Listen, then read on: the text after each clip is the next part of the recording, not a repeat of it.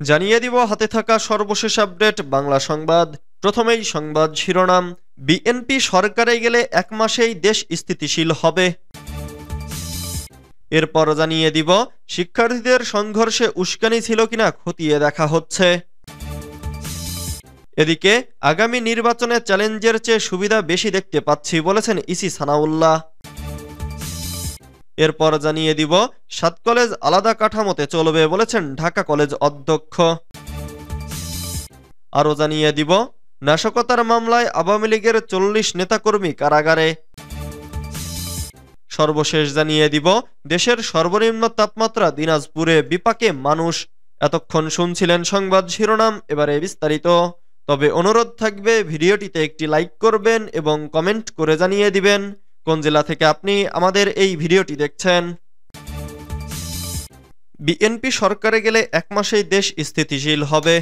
জনগণের ভোটে বিজয়ী হয়ে বিএনপি সরকার গঠন করলে দেশ 1 মাসের মধ্যে স্থিতিশীল হয়ে যাবে বলে দাবি করেছেন দলটির ভাইস চেয়ারম্যান নিতাই রায়চৌধুরী। তিনি বলেন, বর্তমান যে অন্তর্বর্তী সরকার আছে তাদের রাজনৈতিক প্রজ্ঞা নেই, সে কারণে তাদেরকে অস্থিতিশীল করা খুবই সহজ। গত 5 মাসে তারা নানা সংকটে পড়ে গেছেন। সেই সংকট থেকে উত্তরণের জন্য জনগণের ভোটে নির্বাচিত একটি সরকারের বিকল্প নেই।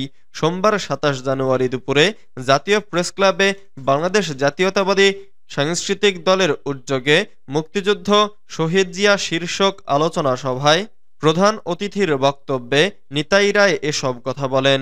বিএনপির প্রতিষ্ঠাতা শহীদ রাষ্ট্রপতি জিয়াউর রহমানের 89তম জন্মবার্ষিকী উপলক্ষে এ আলোচনা সভা অনুষ্ঠিত হয়। নিতাই রায়চৌধুরী বলেন, আওয়ামী লীগ স্বাধীনতার শক্তি নয়, তারা পলাতক শক্তি। দেশের স্বাধীনতার উষালগ্নে যখন যুদ্ধ শুরু হয় তখনও তারা পালিয়ে গিয়েছিল এবং 2024-এর আন্দোলনেও তারা পালিয়ে যেতে বাধ্য হয়েছে।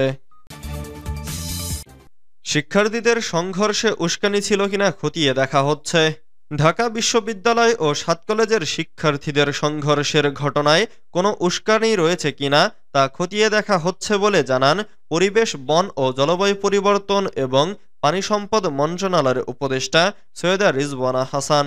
তিনি বলেন, ছাত্রদের আন্দোলনের বিষয় নিয়ে সরকারি সংস্থা কাজ করছে, তারা তদন্ত করে বের করবে এগুলো উস্কানি ছিল কিনা, এটা মেডিকেট করার আর কোনো উপায় ছিল কিনা।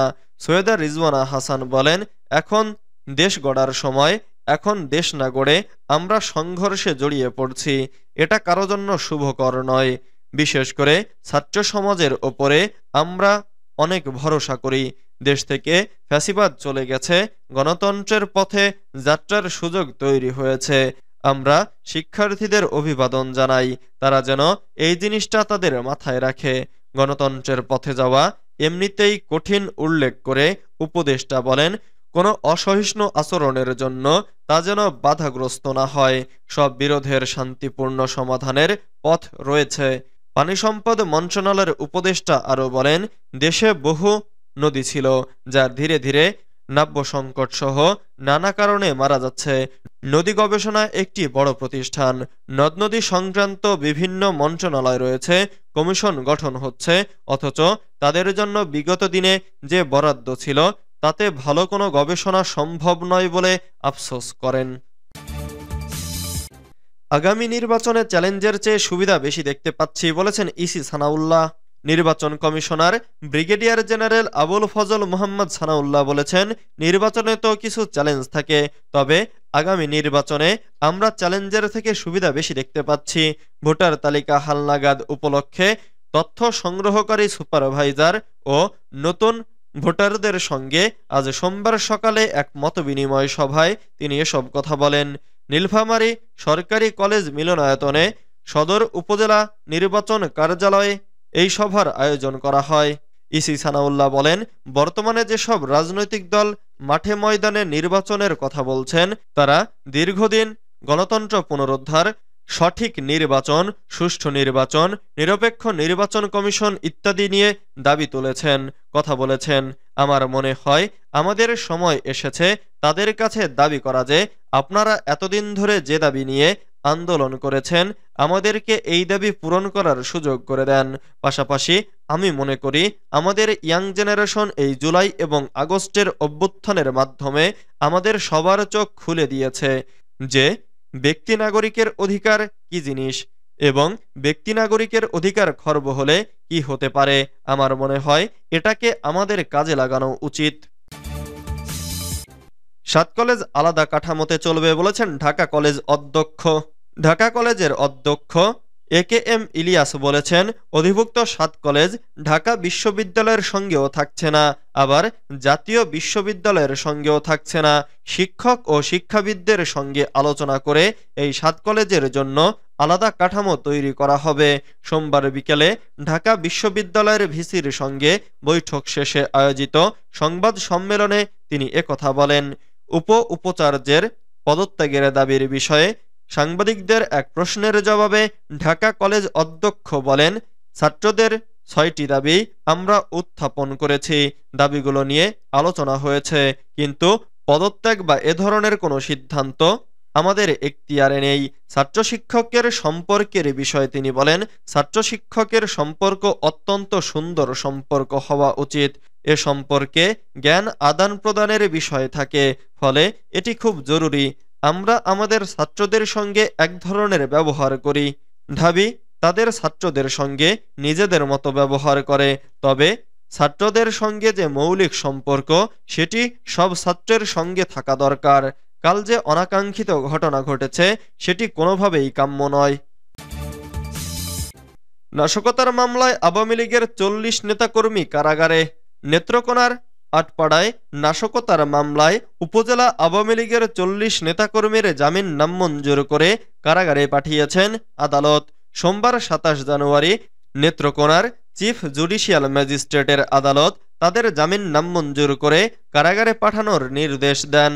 আসামি পক্ষের আইনজীবী অ্যাডভোকেট আসাদুল হক কালোবেলাকে নিশ্চিত করেছেন এই বিষয়টি। মামলার এজাহার সূত্রে জানা গেছে, আসামিরা ২০২১ সালের ১১ নভেম্বর মামলার বাদী বিএনপি নেতা সৈয়দ মোস্তফা শাহেদ কামালের দোকানে ককটেল বিস্ফোরণ ঘটিয়ে ৪ লাখ টাকার মালামাল এবং নগদ ১ লাখ টাকা লুট করে নিয়ে যায়, পরে দোকান আগুন দিয়ে পুড়িয়ে দেয়। দেশের সর্বনিম্ন তাপমাত্রা দিনাজপুরে বিপাকে মানুষ। দিনাজপুরে টানা কয়েকদিন ধরে কমছে রাতের তাপমাত্রা, বইছে হিমেল বাতাস। দুপুর পর্যন্ত দেখা মিলছে না সূর্যের। হিমেল বাতাসের কারণে এ জেলায় শীতের তীব্রতা বেড়ে চলছে। সোমবার ২৭ জানুয়ারি সকাল ১০টায় আবহাওয়া অধিদপ্তরের কর্মকর্তা মোহাম্মদ তোফাজ্জল হোসেন জানান, আজ দেশের সর্বনিম্ন তাপমাত্রা ৯.৫ ডিগ্রি সেলসিয়াস রেকর্ড করা হয়েছে। এ সময় বাতাসের আর্দ্রতা ৯৮% এবং বাতাসের গতিবেগ ঘন্টায় ৩ কিলোমিটার প্রবাহিত হচ্ছে। তিনি বলেন, গত ৫ দিন ধরে দিনের বেলা সর্বোচ্চ তাপমাত্রা প্রায় ৭ ডিগ্রি কমে এসেছে।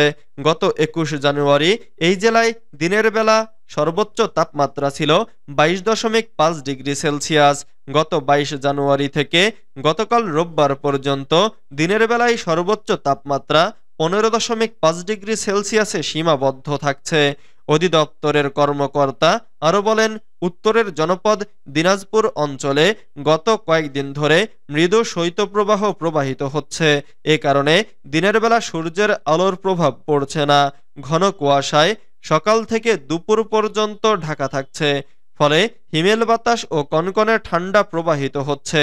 এই অবস্থা আরও কয়েকদিন থাকবে বলে তিনি আভাস দিয়েছেন।